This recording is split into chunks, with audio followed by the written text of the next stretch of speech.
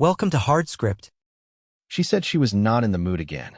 Not tired, not sick, not upset, just not in the mood. We were standing in our kitchen, the air thick from the heat I had carried home with me. I had spent the whole day on rooftops, pulling dead compressors out of metal boxes that felt like ovens. My shirt still smelled like Freon and sunburn. Megan stood across from me in her clean navy scrubs, hair tied back, face calm, almost polished. She did not look at me when she said it. She was scrolling through her phone, thumb moving slow, like I was background noise. She said it casually, like she was declining dessert. I did not argue. I did not ask why. I just nodded and walked past her. That was the first thing that changed. Because I used to argue. I used to ask what was wrong. I used to offer to rub her shoulders, pour her wine, make it easier. That night I showered. I went to bed. I stayed on my side. In the dark, her phone lit up more than once. She turned her body away from me each time. The light flashed across the wall, then disappeared under the blanket. The next morning, she left early for her shift at the private clinic. Kissed the air near my cheek. Said she might be late because of reports. Reports had become a regular thing. After lunch, while I was replacing a capacitor in a dentist's office, my phone buzzed. It was Caleb, my cousin. His girlfriend worked at the same clinic as Megan. He did not accuse anyone. He did not sound dramatic. He just said he had seen Megan leaving late again. Not alone. He mentioned her shift supervisor. Daniel. Older. Confident.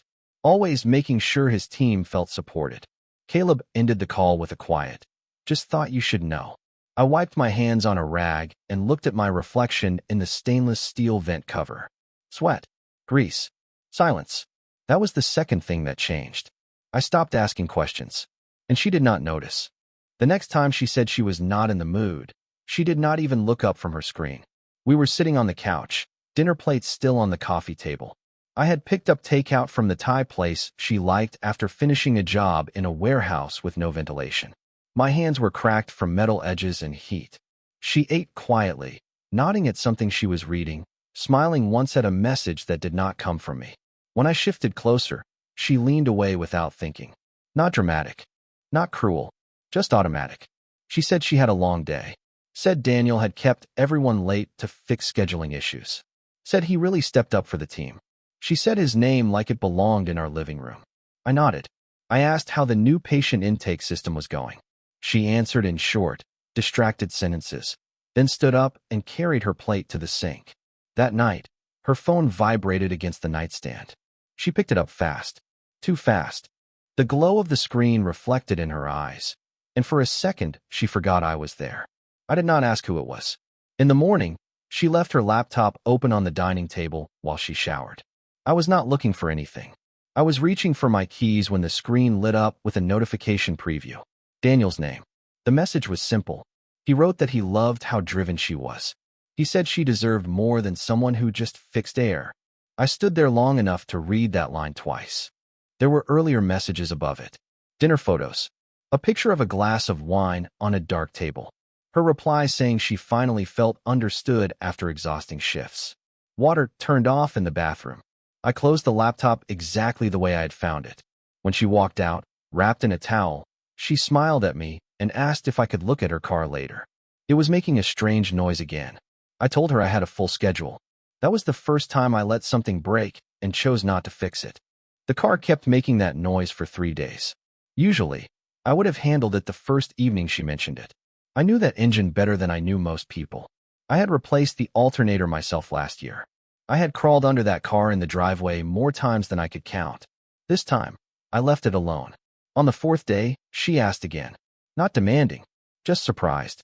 She said it was getting worse and she did not feel safe driving it to work. I told her I had back-to-back service calls and suggested she ask someone at the clinic if they knew a good mechanic. She looked at me then, really looked at me, like she was trying to figure out what she had missed. At work, I kept moving. Rooftop units, condensers, thermostats. I answered customers with the same steady tone I always used. But between calls, I checked our joint account. There were small charges I had never noticed before. A wine bar near the clinic. A steakhouse I had never been to. Parking fees from a garage downtown. Nothing dramatic. Just patterns. That evening, she came home later than usual. She said Daniel had ordered dinner for the team because they had stayed to finish quarterly reports. She said he appreciated her dedication. There was a new bracelet on her wrist. Subtle, not flashy, silver with a small charm. I asked where it came from. She hesitated just long enough. She said the clinic had given small gifts to the administrative staff as a thank you. I nodded. I did not argue. I did not ask why the gift looked like something chosen by one person, not a company. Instead, I started shifting things quietly. I moved my direct deposit into a separate account under my name. I canceled the automatic transfer that covered her credit card, just in case. I scheduled fewer jobs in the area near her clinic. She kept talking about Daniel at dinner, about how he pushed her to think bigger, about how he believed she could move into management. I listened, and I began stepping out of the frame of her life without making a sound. The service request came through my dispatch app in the middle of the afternoon. Residential unit. Cooling issue. Address 5 minutes from Megan's clinic. I almost declined it. Then I saw the name attached to the property. Daniel Harper. I stared at the screen long enough for my dispatcher to text and ask if I was taking the call. I accepted. The building was a newer complex, polished concrete floors in the lobby, glass railings, the kind of place that smelled like expensive cleaning products. I carried my tool bag up, steady as always. When the door opened, he stood there exactly the way I had imagined. Early 40s. Clean cut. Relaxed confidence. The kind of man who shook hands like he owned the room. He recognized my company logo, not me. He stepped aside and said the unit had been making noise for days. As I walked in, I saw them. Megan's shoes. The nude heels she wore on days she said she had meetings with management. They were near the hallway, not by the door like a guest would be, placed neatly against the wall. I did not look at him. I did not look down again. I asked where the thermostat was. He led me to the living room. On the kitchen counter, there were 2 wine glasses. One with a faint smudge of lipstick I knew too well. From the hallway, I heard movement. Soft steps. A door closing. He said his girlfriend worked nearby and sometimes stayed over between shifts. He said it casually, like it was information I needed for the repair. I nodded and opened the unit panel. My hands did not shake. I replaced the faulty capacitor, tightened the wiring, tested the airflow. He tried small talk about how brutal the heat had been lately. I answered with short, professional responses. When I finished, he paid without hesitation. He even tipped. As I packed my tools, Megan walked down the hallway. Her hair was down. She froze when she saw me.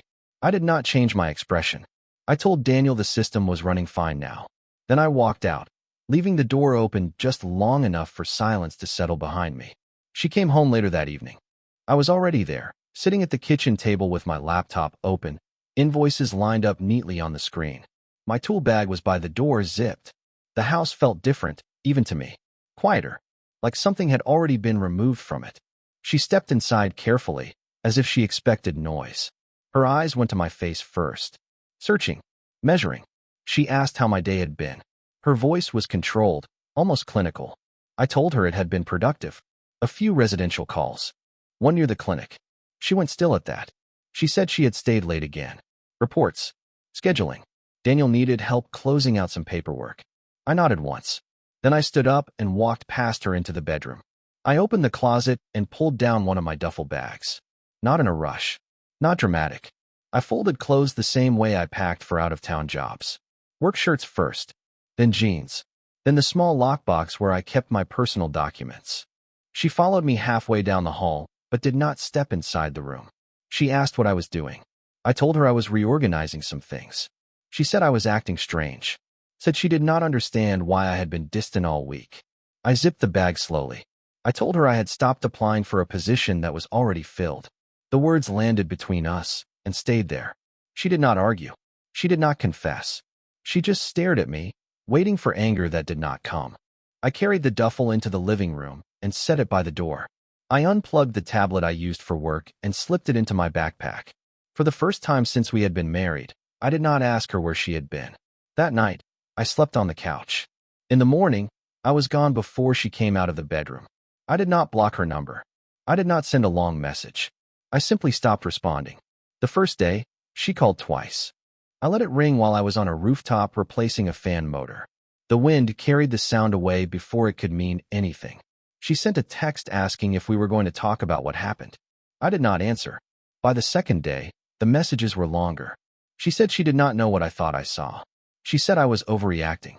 She said Daniel was her supervisor and nothing more. I was staying in a short-term rental a few towns over, close to a cluster of commercial clients. I paid for it in cash from the account she no longer had access to.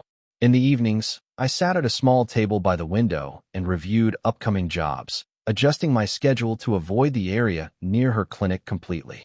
On the third day, she stopped explaining and started asking. She asked if I was coming home. She asked if we were okay. I did not give her the relief of an answer. Caleb called again. He said there was tension at the clinic. Staff whispering. Someone had seen Megan leave Daniel's apartment building in the morning. Not alone. Daniel had started avoiding eye contact with his team. One of the nurses had made a comment about professionalism in front of others. It had not been loud, but it had been clear. By the fourth day, Megan's tone changed. She said she had tried to use her credit card and it had been declined. She asked if there was a mistake with the bank. I told her the joint transfers had been paused. She went quiet on the other end. That evening, she sent one final message. She asked, simply, if we were okay. I stared at the screen for a long time before typing back. I told her I had stopped showing up where I was not respected. Then I put the phone face down and let the silence do what I never had. The silence started working faster than I expected. By the end of that week, Caleb called again. He said Daniel had been pulled into a meeting with the clinic's director. Nothing official, but questions had been asked. Staff had noticed the late nights. Patients had noticed the closed office door. Someone had mentioned favoritism. I had not filed a complaint. I had not sent screenshots. I had not needed to. Patterns reveal themselves when no one is covering for them. Megan showed up at one of my job sites the next afternoon. I was servicing a rooftop unit on a small grocery store when I saw her car pull into the lot below. She stepped out, still in her navy scrubs, scanning the building until she spotted me. She waited until I climbed down the ladder. Up close, she looked different. Less polished. Her eyes were tired in a way that had nothing to do with work. She said we needed to talk face to face.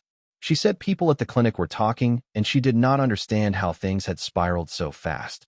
She said Daniel was dealing with misinterpretations and that it was unfair. I wiped my hands on a cloth and listened. She said I was being cold. She said couples went through rough patches.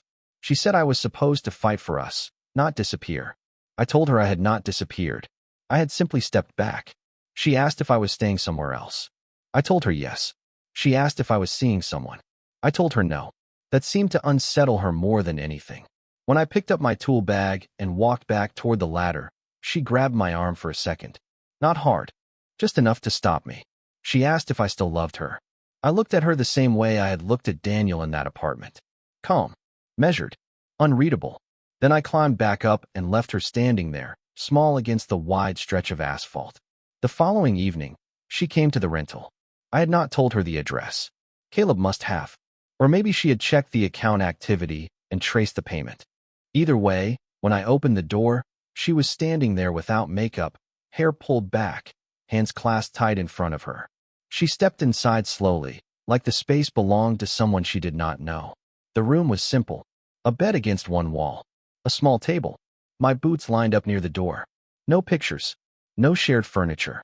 No trace of her. She looked around as if measuring how far I had already gone. She said Daniel had been suspended pending review. She said the clinic was conducting an internal investigation about professional boundaries. She insisted it was being blown out of proportion. She said she had never meant for any of it to get messy. I did not ask for details. She walked closer and said she had felt invisible at home. She said I was always exhausted, always covered in grease and sun. She said Daniel listened.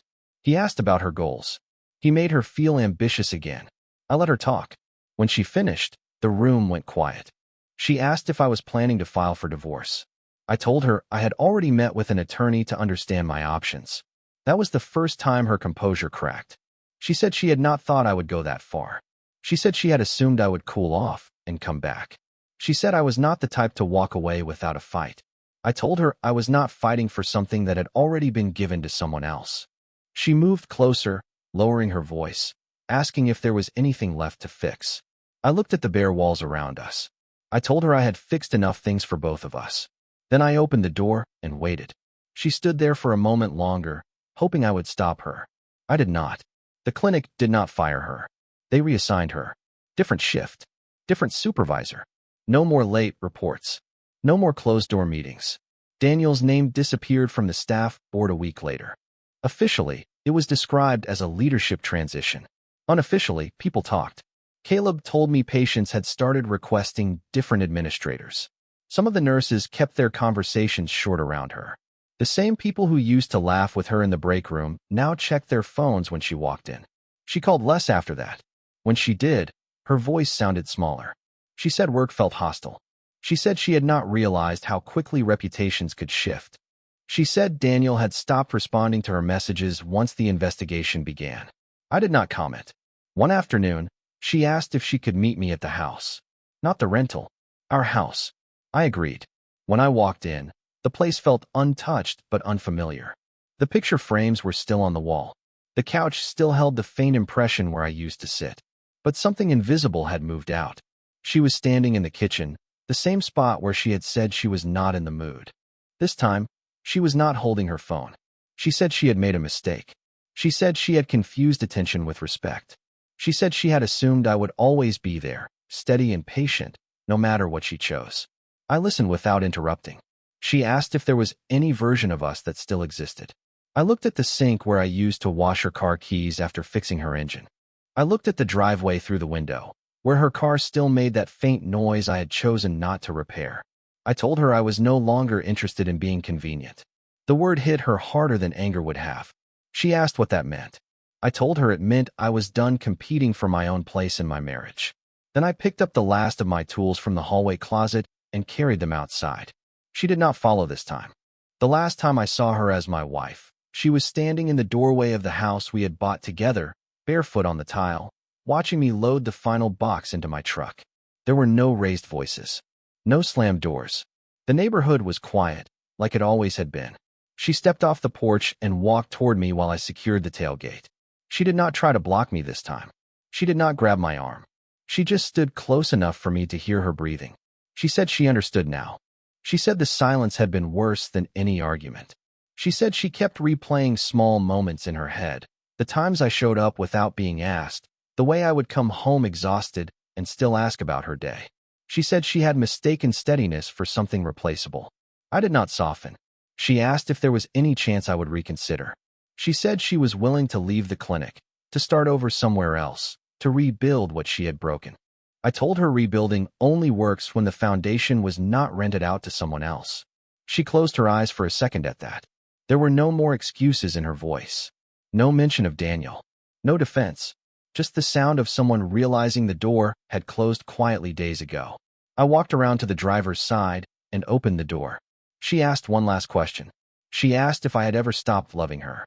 I looked at her the same way I had in that apartment hallway, the same way I had on the rooftop, calm and steady. I told her I did not disappear. I simply stopped showing up where I was not respected. Then I got into the truck and drove away without checking the rearview mirror. For the first time in a long time, the air inside the cab felt clean.